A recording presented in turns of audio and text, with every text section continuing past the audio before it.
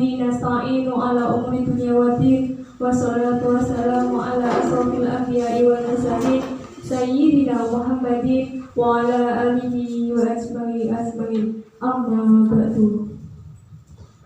Yang terhormat Bapak Pengawas TKSD Gugus 5 Kecamatan Gondang, Bapak Dr. Andes Haji Arif.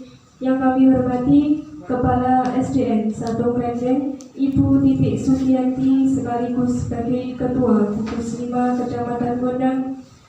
Yang kami hormati Ketua KKG Gugus 5, Ibu Sri Hati SPD. Yang kami hormati Ibu Restu Dewi Susilawati SPD selaku narasumber, serta Bapak Ibu Guru SDN 1 Krendeng dan perwakilan SD Segugus 5 Kecamatan Gondang. Dengan senantiasa memanjatkan puji dan syukur kehadirat Tuhan Yang Maha Esa, perkenankanlah acara berbagi pemahaman dan pengalaman program pendidikan guru penggerak budaya positif pada hari Selasa tanggal 31 Januari 2023 dimulai. Hadirin yang berbahagia, sebelum kita memasuki acara, saya akan membacakan susunan acara pada hari ini. Yang pertama, pembukaan. Yang kedua, menyanyikan lagu Indonesia Raya. Yang ketiga, sambutan dari pengawas TKSD Gugus 5 Kecamatan Gondang. Yang keempat, sambutan dari Kepala Sekolah SDN 1 Krendeng. Materi berbagi pemahaman dan pengalaman program pendidikan guru penggerak budaya positif oleh Ibu Restu Dewi Susilawati SPD. Doa penutup. Agar acara berlangsung dengan lancar dan juga bermanfaat, marilah bersama-sama kita memulai acara ini dengan bacaan basmalah. Bismillahirrahmanirrahim. Acara selanjutnya menyanyikan lagu Indonesia Raya. Kepada yang bertugas disilakan.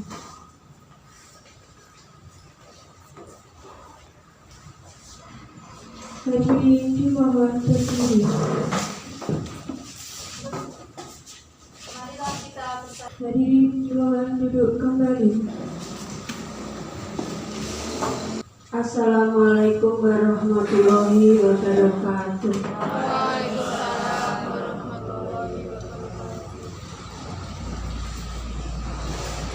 Ibu Kepala Sekolah Gugus 5 yang saya hormati, Bapak Ibu Guru Gugus 5 yang saya hormati pula, marilah siang ini kita panjatkan puji syukur kehadirat Allah Subhanahu wa Ta'ala bahwa pada hari ini kita bisa berkumpul, yaitu dalam rangka acara sosialisasi dari calon guru penggerak.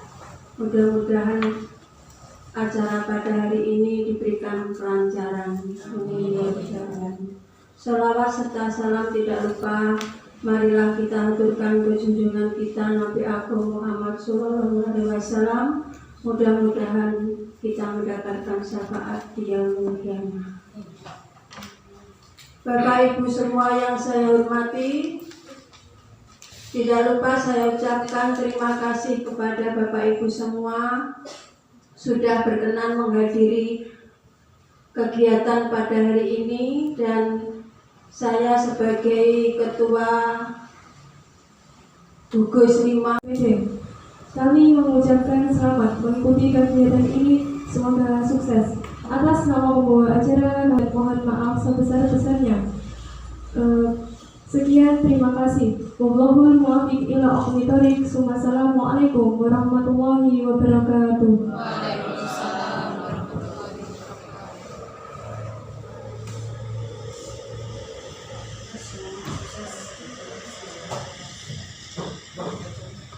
wabarakatuh. Waalaikumsalam warahmatullahi wabarakatuh. Masih semangat Bapak Ibu semuanya? Semangat. Tepuk semangat. Semangat.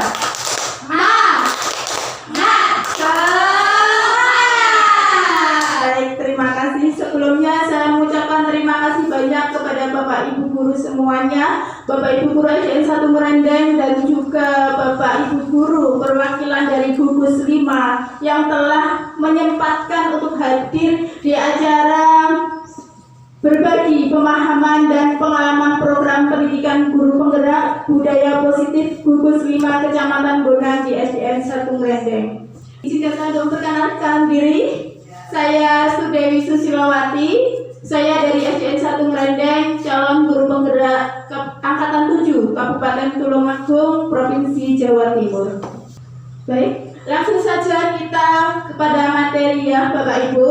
Bapak Ibu sekalian, ini adalah perjalanan saya ketika saya mengikuti program guru penggerak. Yang awalnya kita mempelajari tentang filosofi pendidikan Ki Hajar Dewantara, Bapak Ibu. Mengingat bahwa filosofi pendidikan Ki Hajar Dewantara adalah bagaimana kita bisa melayani murid dengan sepenuh hati, dengan pembelajaran yang berpusat kepada murid.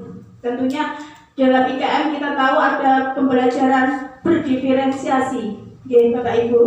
Kemudian kita lanjut ke nilai dan peran guru penggerak, di mana peran guru penggerak ini sangat banyak, di antaranya kolaborasi, inovasi, dan lain-lain.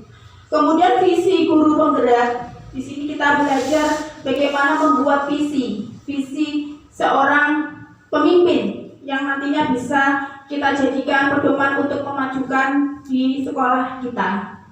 Kemudian kita belajar pada budaya positif yang akan kita bahas dalam kegiatan hari ini. Budaya positif adalah pembiasaan yang bernilai positif dan di dalamnya mengandung sejumlah kegiatan yang mampu menumbuhkan karakter murid. Di sini konsep budaya positif ada beberapa. Yang pertama, disiplin positif, kemudian teori motivasi, hukuman dan penghargaan restitusi, kemudian keyakinan kelas, kebutuhan dasar manusia dan dunia berkualitas, 5 posisi kontrol guru, dan segitiga restitusi. Baik Bapak Ibu, untuk kita lebih semangat, saya punya tebak-tebakan.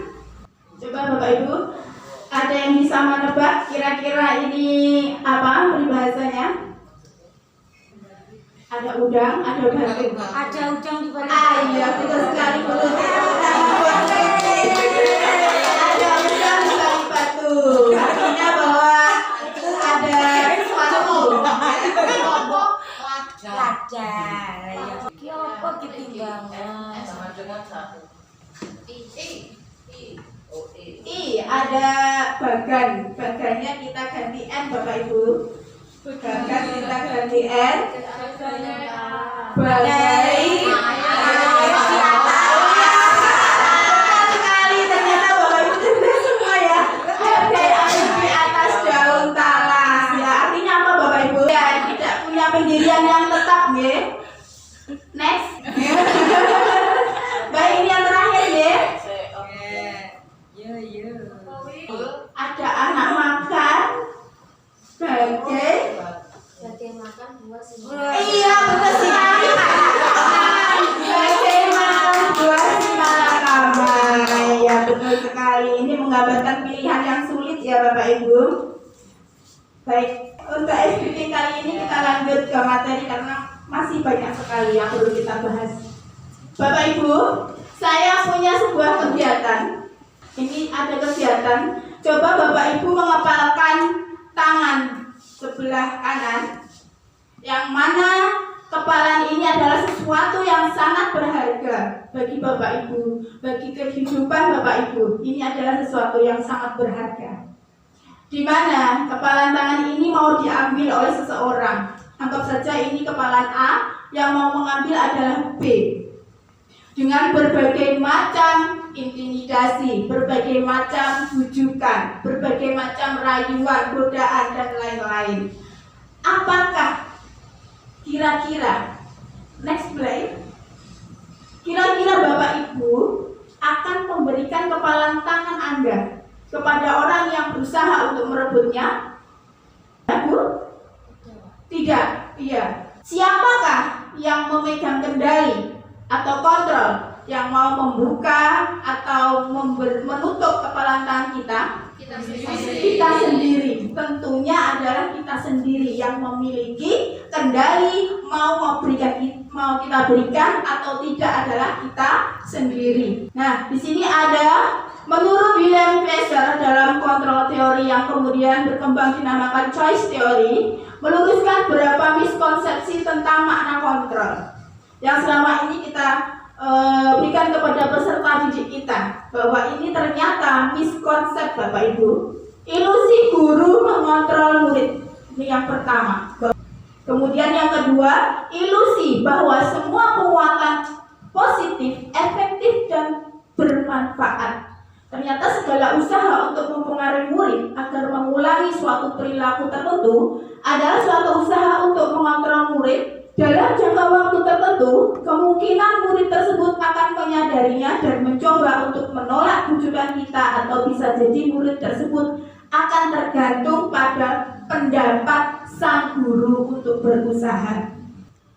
Ilusi bahwa kritik dan membuat orang merasa bersalah dapat menguatkan karakter.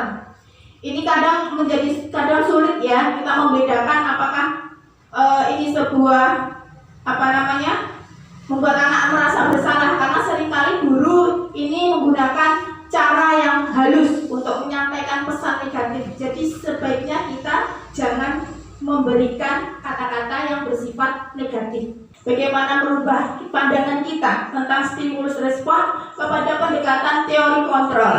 Ini menurut Stephen R. Covey. Nah, ini Bapak Ibu, kita perlu mengubah paradigma kita dari stimulus respon ke teori kontrol. Ada banyak sekali perbedaannya. Kalau dalam stimulus respon itu realitas kebutuhan kita sama, tetapi dalam teori kontrol kebutuhan kita ini berbeda. Dalam stimulus respon semua orang yang melihat hal yang sama, tetapi dalam teori kontrol setiap orang memiliki gambaran yang berbeda. Dalam stimulus respon, kita coba untuk mengubah orang agar berpandangan sama dengan kita. Kita memaksa orang lain untuk sama dengan kita. Tetapi dalam teori kontrol, kita berusaha memahami pandangan orang lain tentang dunia. Stimulus respon, model berpikir menang kalah. Tapi dalam teori kontrol, kita model berpikir menang dan menang. Next.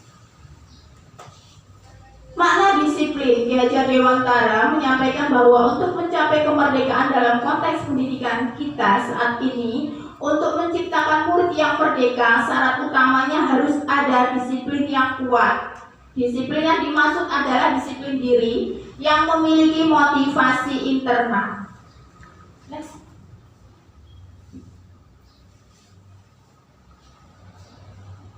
Makna disiplin. Sebagai pendidik, tujuan kita adalah menciptakan anak-anak yang memiliki disiplin diri sehingga mereka berperilaku dengan mengacu pada nilai-nilai kebajikan universal dan memiliki motivasi intrinsik, bukan ekstrinsik.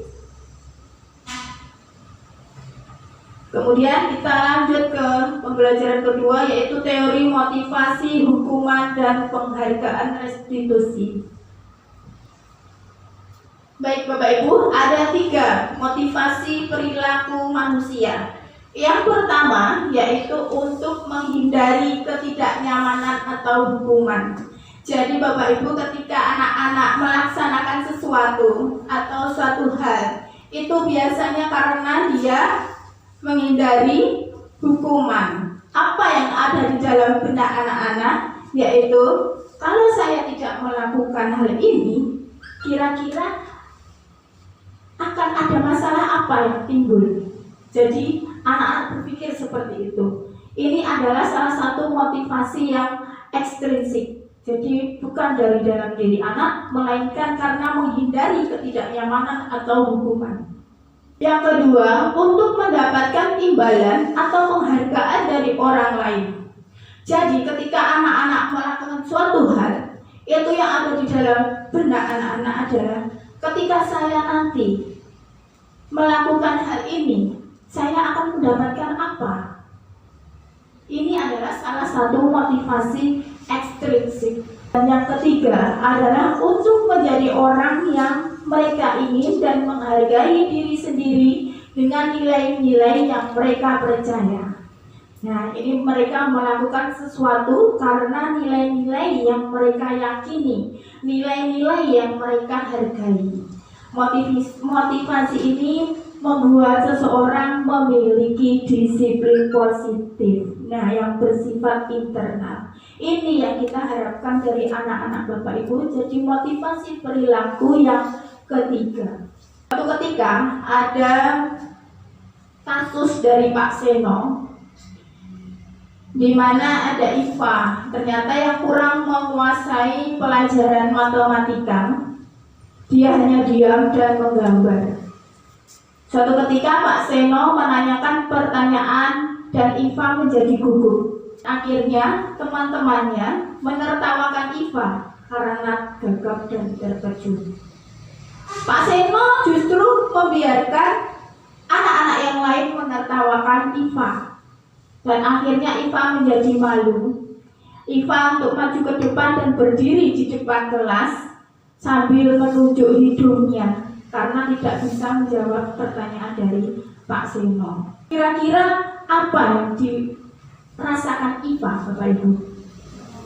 Malu, iya, malu, sakit hati pasti, dan suatu saat dia akan membenci Pak Seno, pasti akan dia ingat sampai dewasa. Di sini ada identitas gagal, ada identitas sukses. Artinya di sini ketika memberikan sebuah hukuman, ini nanti suatu saat bukan kesuksesan, tapi adalah kegagalan. Tapi ketika kita memberikan disiplinan seperti konsekuensi dan restitusi, nanti berbeda antara hukuman dengan konsekuensi. Dan yang paling ini paling bagus adalah kita melakukan restitusi. Ketika hukuman sesuatu yang menyakitkan harus terjadi, konsekuensi sesuatu yang harus terjadi. Hukuman ini tidak nyaman dalam waktu yang jangka panjang. Kalau konsekuensi ini ketidaknyamanan anak, tetapi dalam jangka waktu yang pendek. Sedangkan restitusi di sini menguatkan untuk murid dan anak dalam waktu jangka yang panjang. Murid akan tersakiti pada hukuman, tetapi pada konsekuensi murid akan dibuat tidak nyaman. Tapi dia sudah sesuai dengan konsekuensi yang mereka sepakati, Bapak Ibu. Kemudian kalau restitusi itu masalah akan terpecahkan. Ketika ada suatu masalah, Bapak Ibu bisa memilih apakah mau menghukum ataukah konsekuensi sesuatu yang sudah disepakati ataukah merestitusi, seperti itu. Next.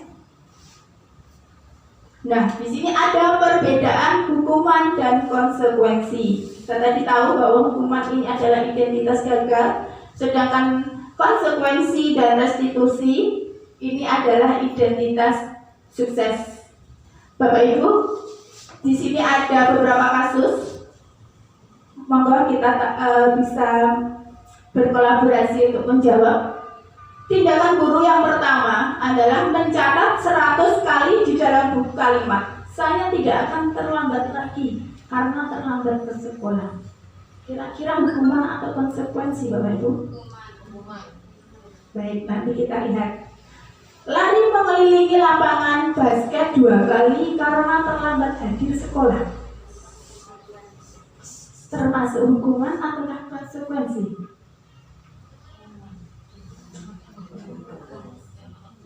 Hukuman. Murid diminta untuk push up 15 kali karena tidak menggunakan masker ke sekolah. Hukuman ataukah konsekuensi? Nah, ini Bapak Ibu, mencatat 100 kali ini termasuk hukuman. Mengelilingi lapangan basket 2 kali karena terlambat di sekolah termasuk hukuman. Mungkin ada yang agak bingung ya, kenapa sama-sama lari mengelilingi lapangan basket, tetapi satunya hukuman, tapi satunya konsekuensi. Iya, betul sekali Bu Sri, tepuk tangan buat Bu Sri.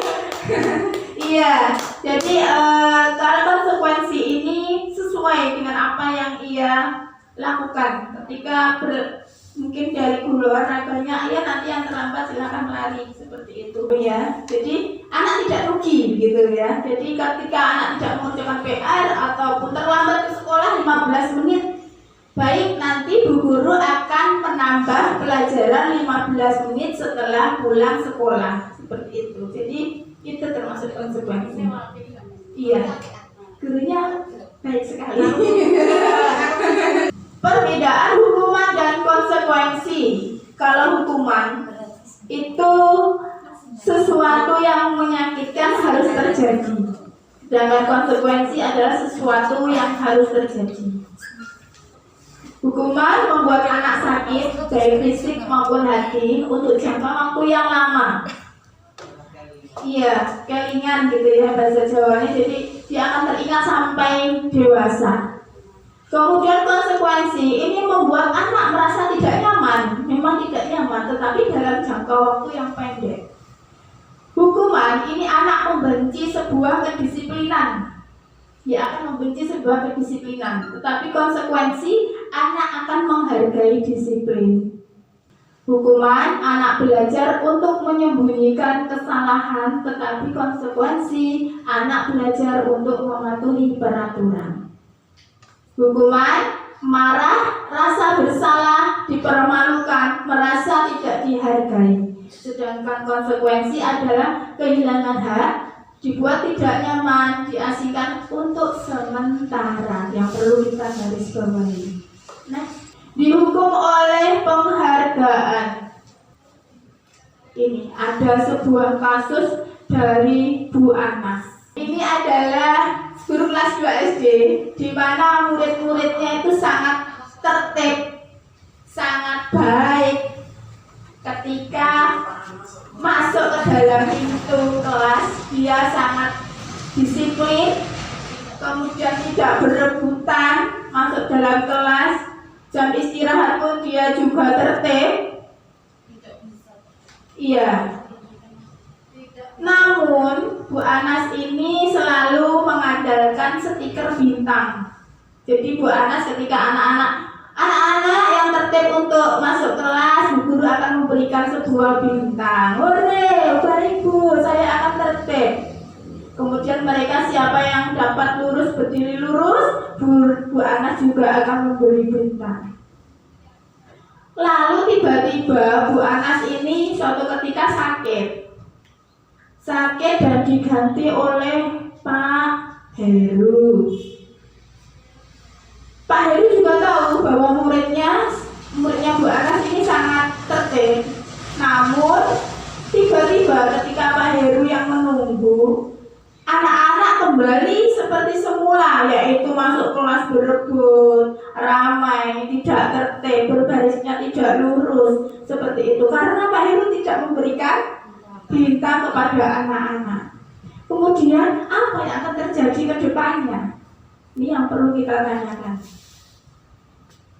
Ini penting, saya beri tanda penting ya. Menurut Alficon, Winners by Reward wawancara ASCD Annual Conference Maret 1955 mengemukakan baik penghargaan maupun hukuman adalah cara-cara mengontrol perilaku seseorang yang menghancurkan potensi untuk pembelajaran yang sesungguhnya.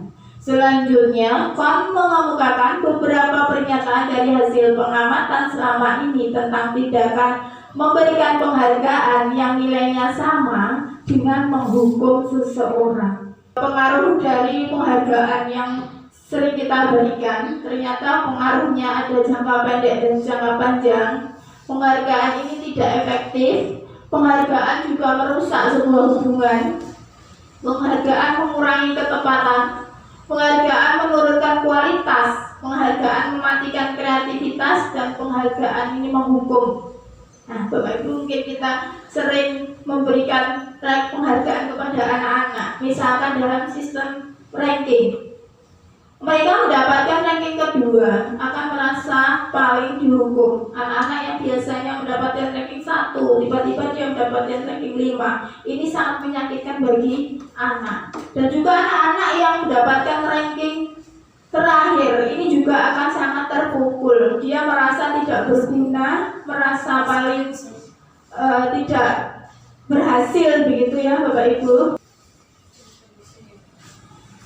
Konsep disiplin dengan identitas gagal.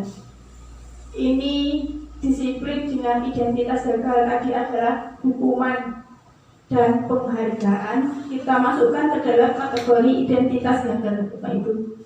Ketika hukuman itu lebih menyakitkan, tidak nyaman, murid takut, memaksa, menyembunyikan sebuah kesalahan, murid menjadi rendah diri. Ketika penghargaan ini ternyata juga tidak efektif, merusak hubungan, mematikan kreativitas, menghukum dengan sistem ranking, merampas hak menghargai dirinya. Konsep disiplin dengan identitas sukses, di sini kita katakan sukses, yang kita masukkan dalam kategori sukses adalah konsekuensi dan restitusi. Konsekuensi ini lebih penguatan jangka pendek, perlu memonitoring berkelanjutan, murid menghormati peraturan, kehilangan waktu untuk merenungi kesalahan. Restitusi, murid bertanggung jawab atas perilakunya, fokus pada pemecahan masalah jangka panjang, murid menghargai dirinya dan orang lain. Teori kontrol, dirinya memegang kontrol atau kendali, murid bersemangat memperbaiki kesalahannya. Apa itu restitusi, Bapak Ibu? Ada yang sudah pernah mendengar? Restitusi adalah proses menciptakan kondisi bagi murid untuk memperbaiki kesalahan mereka, sehingga mereka bisa kembali pada kelompok mereka dengan karakter yang lebih kuat. Restitusi juga merupakan proses kolaboratif yang mengajarkan murid untuk mencari solusi untuk masalah mereka dan membantu murid berpikir tentang orang seperti apa yang mereka inginkan dan bagaimana mereka harus memperlakukan orang lain. Jadi restitusi ini nanti dia punya keyakinan dalam dirinya yang nantinya juga akan dia lakukan dalam kegiatan sehari-hari ketika dia melakukan sebuah pelanggaran. Tentu anak-anak perlu kita restitusi, bukan hukuman. Ciri-ciri restitusi bukan untuk menebus kesalahan, tapi untuk belajar dari kesalahan, memperbaiki hubungan, tawaran bukan sebuah paksaan. Restitusi menuntut untuk melihat ke dalam diri, mencari kebutuhan dasar yang mendasari tindakan. Restitusi cara yang paling baik, fokus pada karakter bukan tindakan. Restitusi fokus pada solusi. Restitusi mengembalikan murid yang berbuat salah pada kelompoknya. Kita akan belajar keyakinan kelas. Mengapa tidak peraturan saja? Mengapa harus keyakinan kelas? Next, Bu. Nah, di sini ada lingkaran yang mana paling kecil, lingkaran paling kecil adalah peraturan kelas. Peraturan kelas yang kita buat di kelas.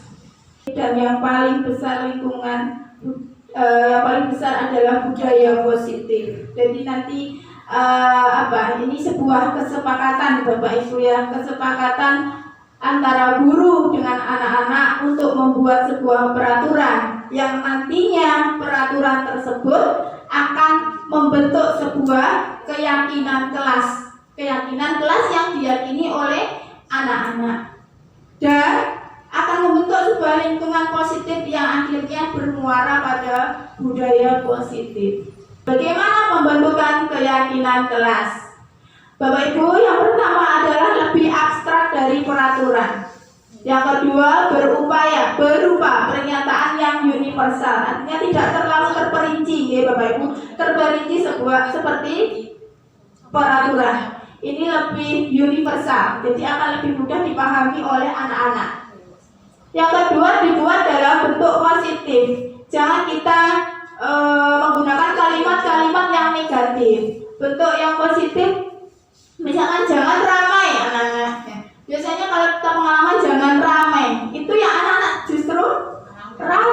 Harusnya tenang anak-anak, dengarkan Bapak Ibu guru menjelaskan. Sedikit saja agar mudah dipahami, seperti universal tadi, sesuai dengan kondisi kelas agar mudah kita terapkan. Jadi lingkupnya adalah di kelas kita. Jadi kita membuat sebuah kesepakatan di kelas masing-masing. Melibatkan semua warga kelas ketika membuat, melibatkan murid, melibatkan guru, melibatkan warga kelas yang ada di kelas tersebut. Prosedur pembentukan kelas. Nanti kita belajar membuat keyakinan kelas ya Bapak Ibu. Yang pertama, mempersilahkan warga sekolah atau murid bercurah pendapat. Jadi bebas memberikan pendapat. Mencatat semua masukan pada murid. Susunlah keyakinan kelas, gantilah kalimat-kalimat dalam bentuk negatif menjadi kalimat yang positif. Contohnya, jangan berlari di kelas. Justru anak-anak menjadi berlari, diganti dengan berjalanlah di kelas atau koridor. Tinjau curahan pendapat yang sudah dicatat. Mungkin masih banyak yang menemukan pernyataan-pernyataan tertulis yang terlalu rinci, yang berupa peraturan.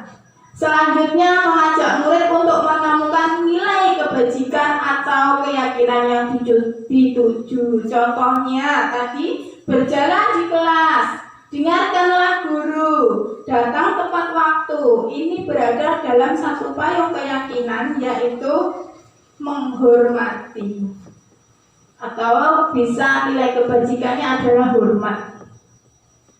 Ditinjau kembali peraturan yang telah disepakati. Setelah disetujui, nanti ditandatangani oleh guru dan murid. Selanjutnya akan dipajang di dinding, bisa di tempat-tempat yang mudah terlihat. Nah, di sini ada kegiatan pendalaman keyakinan kelas, tabel T dan Y. Kata-kata jangan sampai negatif ya Bapak Ibu. Datang tepat waktu yang positif. Kemudian tidak tampak seperti sering hadir terlambat. Berarti tidak ada orang yang sering hadir terlambat. Ini tidak tampak seperti itu. Mari kita tebak-tebakan bersama lagi. Ada peraturan. Selalu kembalikan buku ke tempatnya. Ini masuk nilai kebajikan yang dituju apa Bapak Ibu? Peraturan selanjutnya, hadir di sekolah 15 menit sebelum pembelajaran dimulai. Disiplin, hormat, ya saling menghormati. Berjalan di kelas, hormat, ya. Next mulai kita jawabannya benar apa salah? Tanggung jawab, ya. Selalu kembalikan buku ke tempatnya. Nah ini tanggung jawab. Dilarang mengganggu orang lain, menghormati orang lain. Hadir di sekolah tepat waktu, ini menghormati orang lain dan berkomitmen. Nah ini Bapak Ibu, saya membuat membuat keyakinan kelas, dimana langkah awal kita adalah saling mencurahkan pendapat dengan anak-anak.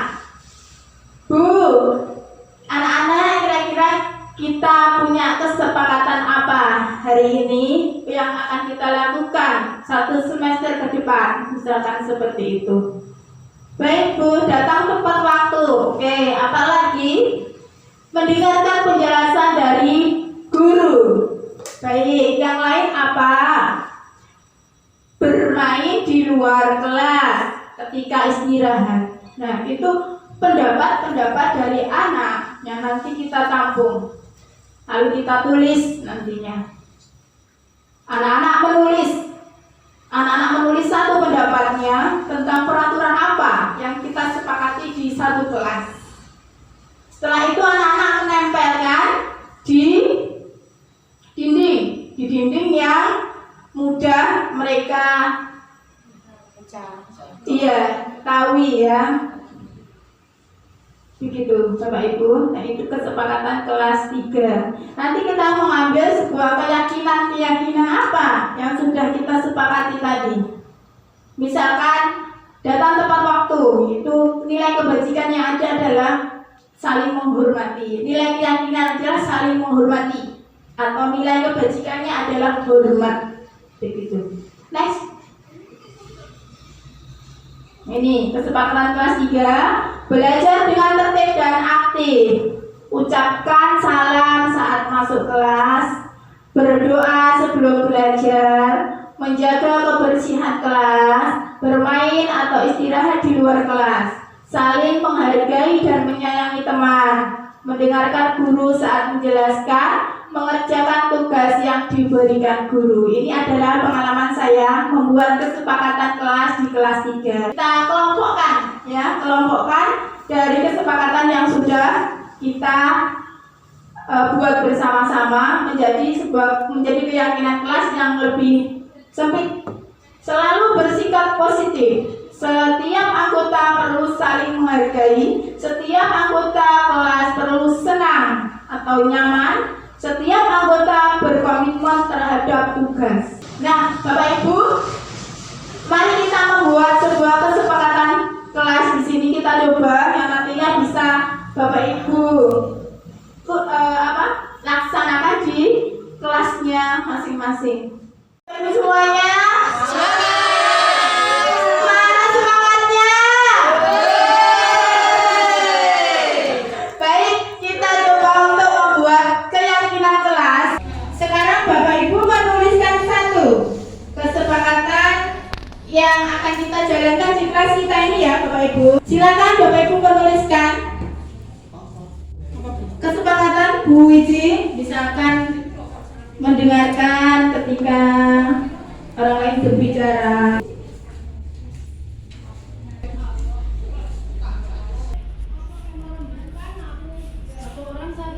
Baik, sekarang Bapak Ibu bisa menempelkan di papan. Monggo. Ditulis dulu keyakinan kesepakatan kelas. Ditulis dulu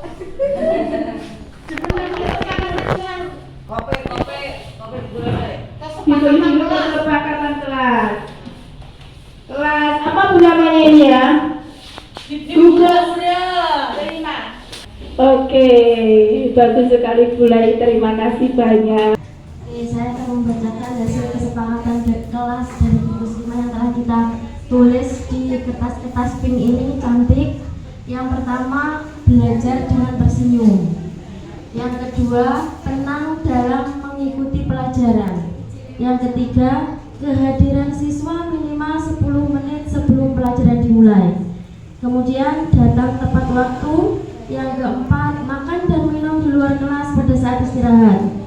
Selanjutnya, berkata yang santun, tidak berbicara kotor, mendengarkan guru ketika menerangkan, dan yang terakhir, mengumpulkan tugas tepat waktu. Jadi itu kesepakatan yang telah kita buat. Baik, terima kasih Bu Kuku. Sama-sama. Lanjut. Kebutuhan dasar manusia. Kita masuk dalam kebutuhan. Ini ada yang pertama, bertahan hidup. 2, cinta dan kasih sayang, penguasaan, kebebasan dan kesenangan. Next Bu. Nah, coba kita tebak-tebakan lagi Bapak Ibu. Yang pertama, Ibu guru bilang, aku tidak boleh bersenandung sewaktu mengerjakan tugas. Katanya kelas harus tenang, tidak ada suara. Kan nggak seru jadinya. Ini termasuk kebutuhan apa Bapak Ibu? Ada 5 tadi. Begitu cepat saya menyebutkan. Next, apa? Kan nggak seru jadinya. Iya, kesenangan. Jadi anak butuh senang. Ibu guru tidak menyapaku hari ini, padahal aku pakai jemput rambut yang baru. Cinta dan kasih sayang, kebutuhan anak-anak perlu. Biasanya anak-anak caper gitu ya Bapak Ibu ya. Kalau anak-anak caper ternyata kebutuhannya anak kurang.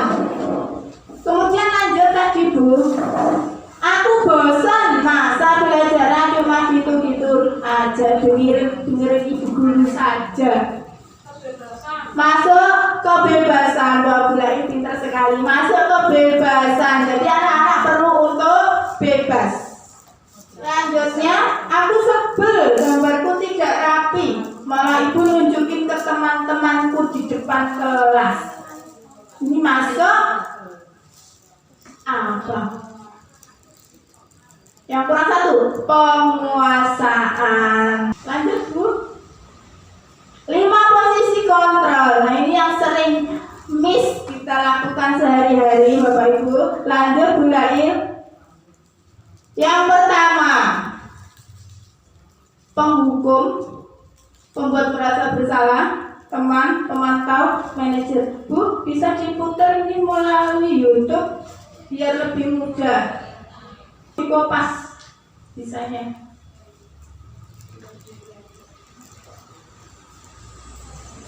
Atau saya share di grup gugus.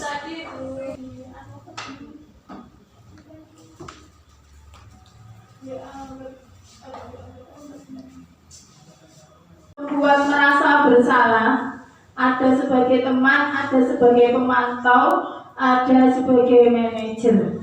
Jadi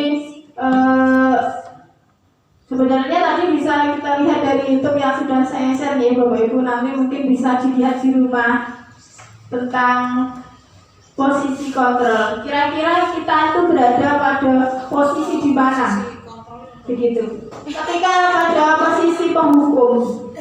Posisi penghukum ini kata-katanya seperti yang Bapak Ibu lihat tadi, ya, menyakitkan, begitu ya, agak kasar ya. Itu posisi penghukum. Ketika posisi pembuat merasa bersalah, jadi guru ini juga lebih halus ketika memberikan sebuah kata-kata kepada anak, itu kata-katanya lebih halus. Tapi dia membuat anak ini, kata-katanya membuat anak merasa bersalah. Next mulai coba ada yang ini. Biasanya guru akan bersuara lebih lembut, nih membuat rasa bersalah. Teman, kemudian pada posisi teman ini guru pada posisi ini tidak akan menyakiti murid, tapi akan tetap berupaya mengontrol murid melalui persuasi atau rujukan. Walaupun anak melakukan sebuah pelanggaran, di situ guru tetap memberikan pantauan. Kemudian manajer, ini respon yang menunjukkan tanggung jawab guru dalam posisi terakhir. Manajer ini adalah posisi mentor di mana guru berbuat sesuatu bersama dengan murid. Jadi seperti tadi, kalau ada murid yang melanggar, itu bagaimana seorang guru bersama-sama untuk mencari pemecahan masalah atau solusi yang terbaik dari kesalahan yang dilakukan siswa tadi. Mempersilahkan murid untuk mempertanggungjawabkan perilakunya dan mendukung murid agar dapat menemukan solusi atas permasalahannya sendiri. Next. Nah, di sini ada posisi apakah ini? Bapak Ibu tadi sudah melihat video, walaupun sekilas ya, sudah melihat video tentang posisi kontrol. Kira-kira pernyataan-pernyataan yang ada, mana yang paling baik?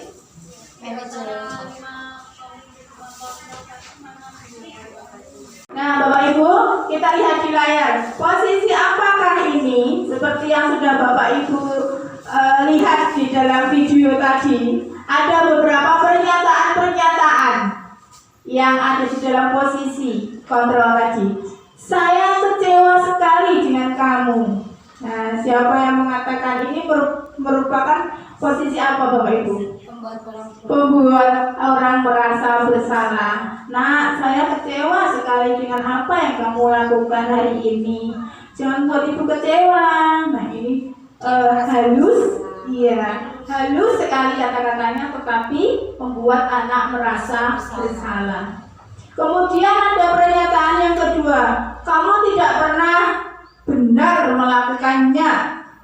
Ini termasuk posisi penghukum. Nah, ini lebih kasar daripada yang pertama, tapi ini paling tidak disarankan untuk posisi penghukum ini. Kemudian ayolah lakukan demi ibu. Nah, ini termasuk teman. Ya. Ayolah demi ibu, kamu jangan begitu. Demi ibu, kamu datanglah yang tepat waktu. Nah, ini posisi teman. Ini tidak disarankan juga. Kemudian pemantau. Apakah kamu mau mendapatkan stiker bintang hari ini? Mau. Iya. Ini posisi menyelesaikan masalah ini termasuk posisi manajer. Jadi manajer ini adalah posisi di mana kita bersama murid yang melakukan sebuah kesalahan atau pelanggaran, kita mencari permasalahan bersama. Jadi Bapak Ibu, mungkin ada yang ditanyakan? Monggo Puput untuk ke depan.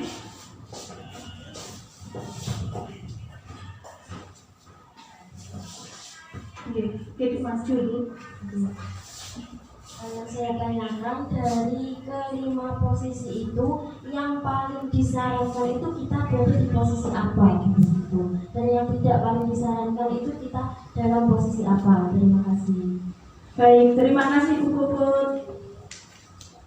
Nah, Bapak Ibu, dari pertanyaan Bu Puput tadi, posisi apa yang paling disarankan dalam menangani permasalahan anak? Kira-kira apa Bapak Ibu? Manajer. Manajer, pemantau? Iya.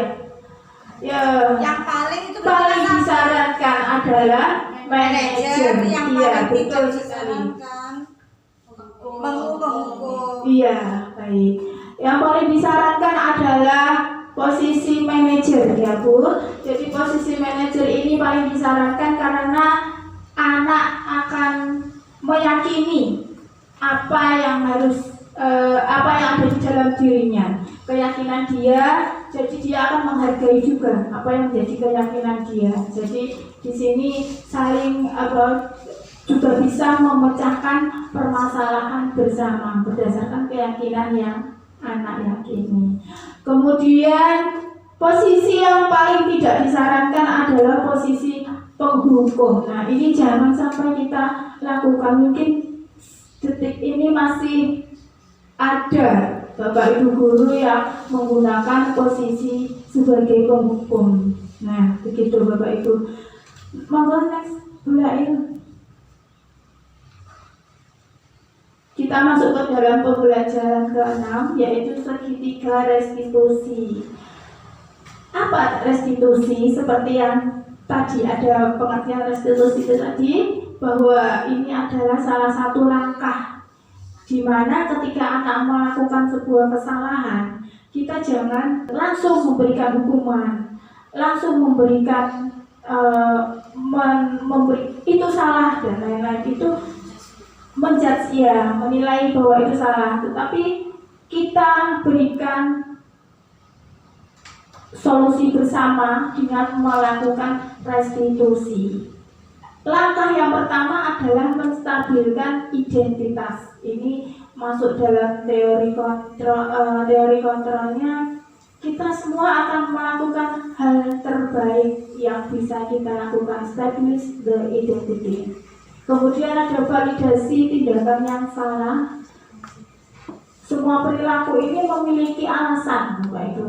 Jadi alasannya apa? Jadi anak-anak itu ketika melakukan sebuah kesalahan, kita tanya, kenapa kamu melakukan hal itu? Nah, begitu. Setelah menjawab pasti dengan alasan tertentu, dia sehingga melakukan sebuah menstabilkan identitas. Jadi langkah pertama menstabilkan identitas, Bapak Ibu. Setiap orang pasti pernah melakukan kesalahan. Bruce pun juga pernah melakukan kesalahan seperti itu. Itu yang bisa kita katakan untuk anak-anak kita. Kamu bukan satu-satunya yang pernah melakukan hal ini. Jadi bukan satu-satunya kamu yang melakukan hal ini, tapi orang lain juga pernah melakukan hal seperti itu. Lalu validasi kebutuhan. Kamu tentu punya alasan Kenapa melakukan hal tersebut? Ditanya seperti itu. Adakah cara yang lebih efektif untuk mendapatkan apa yang kamu butuhkan? Setelah itu menanyakan keyakinan. Nilai apa yang telah kita sepakati kemarin, anak-anak? Misalkan si A. Nilai apa yang sudah kamu sepakati kemarin? Kamu ingin menjadi orang yang seperti apa? Kamu mau menjadi orang yang seperti apa? Misalkan menghormati, disiplin, atau orang yang menghargai orang lain, seperti itu. Next, Bu.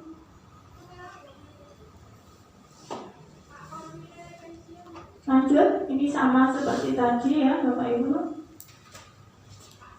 Nah, ini kamu pasti punya alasan mengapa melakukan hal itu. Lanjut, Bu.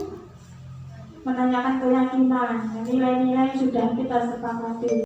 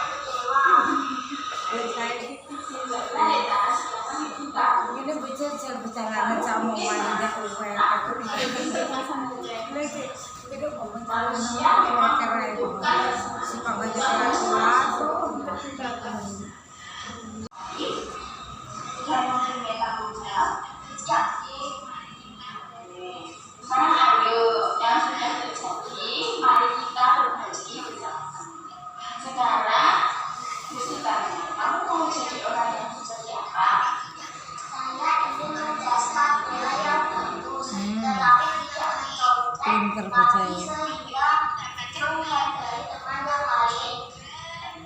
Kamu ingin mendapatkan nilai yang bagus, juga agar bisa bermain dan mendapatkan kesenangan. Tetapi tetap melakukan nilai-nilai yang sudah kita sepakati. Apa ya? Ibu-ibu, salah satu contoh kegiatan restitusi yang sudah pernah saya lakukan di kelas 3, yaitu kasusnya di mana anak tersebut tidak mengerjakan PR, tidak mencontek ya, dia mencontek satu pelanggaran mencontek. Jadi langkah yang pertama tadi adalah menstabilkan identitas. Next, mulai coba kita ke depan lagi, slide yang kembali lagi. Ya, lagi, ya, lagi, ya. Jadi tadi ada menstabilkan identitas, seperti yang sudah saya lakukan tadi.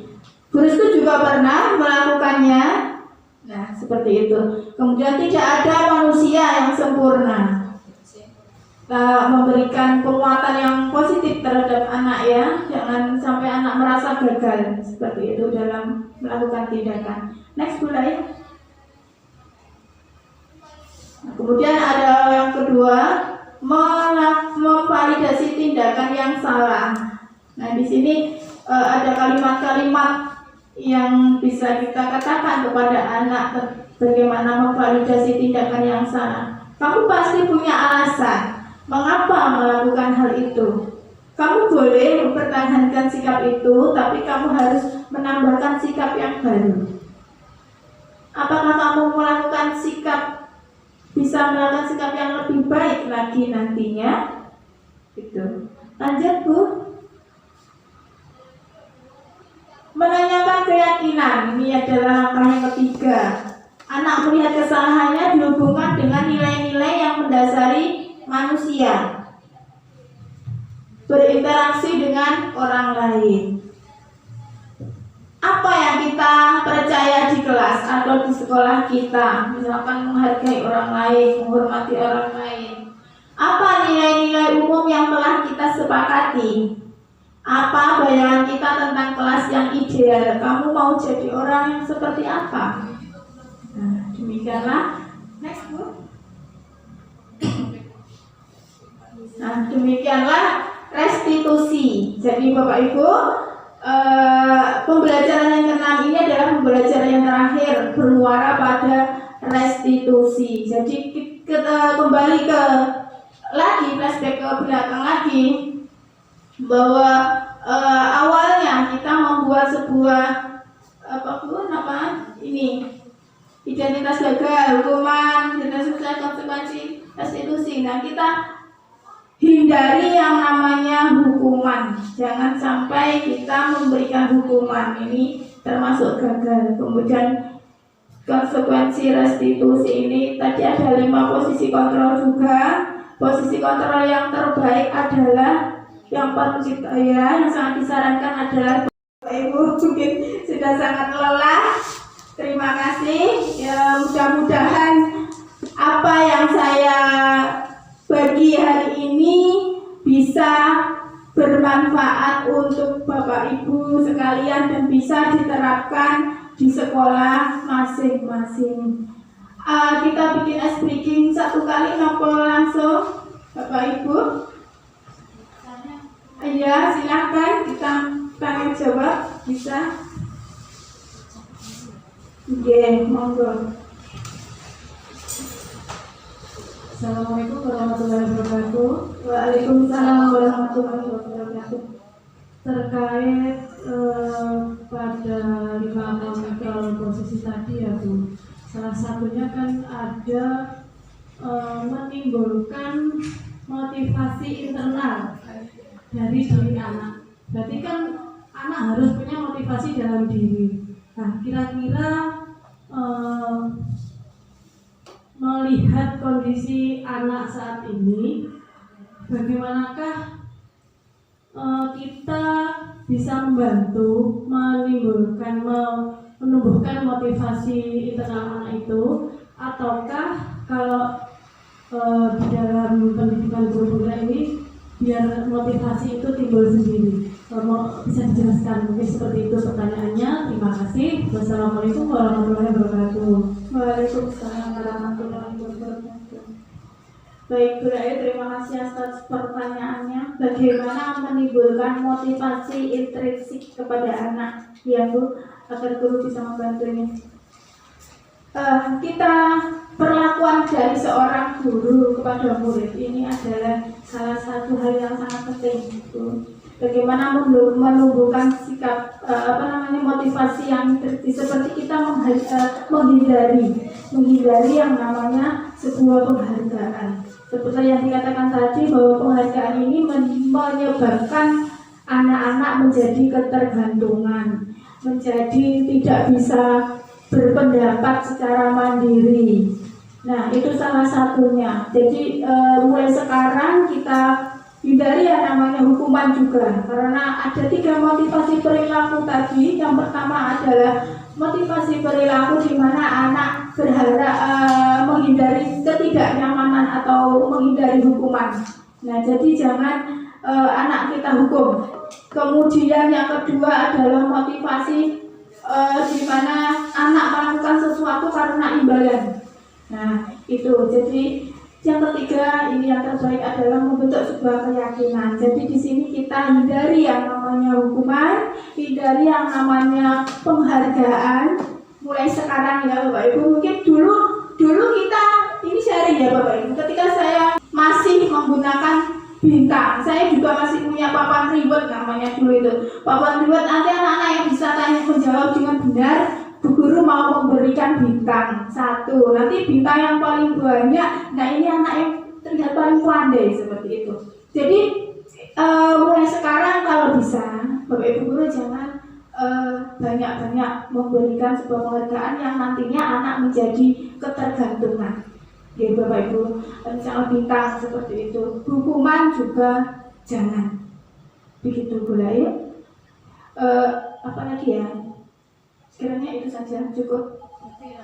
Lebih kita ajak komunikasi seperti itu biar kita lebih memahami masing-masing anak.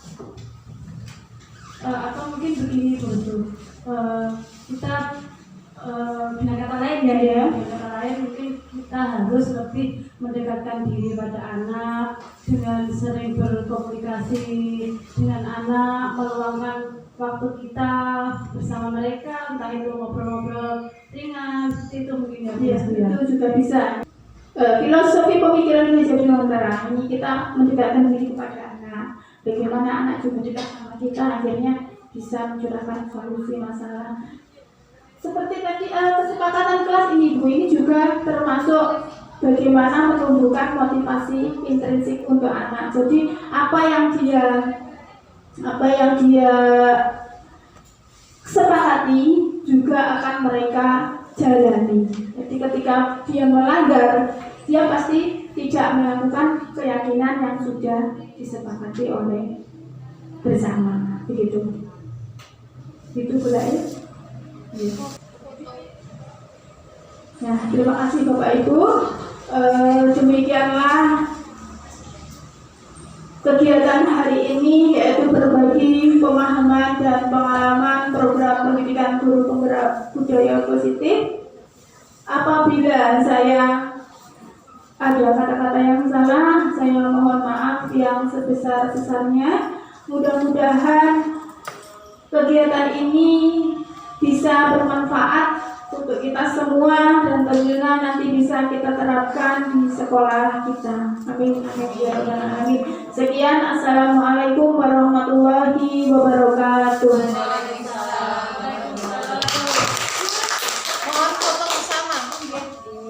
Kumpul di SD Negeri 1 Krenteng dalam acara program pendidikan guru penggerak budaya positif.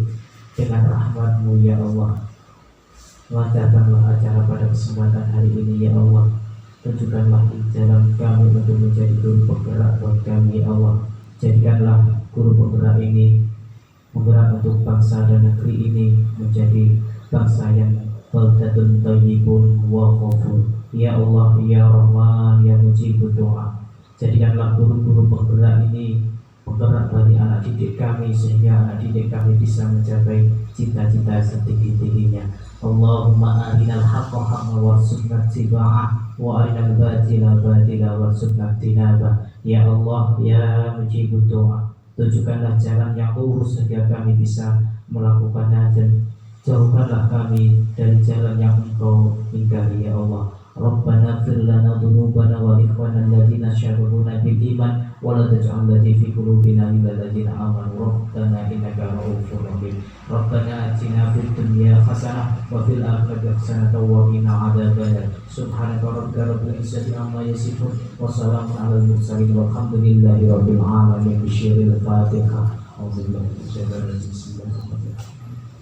Bismillahirrahmanirrahim. Wassalamualaikum warahmatullahi wabarakatuh.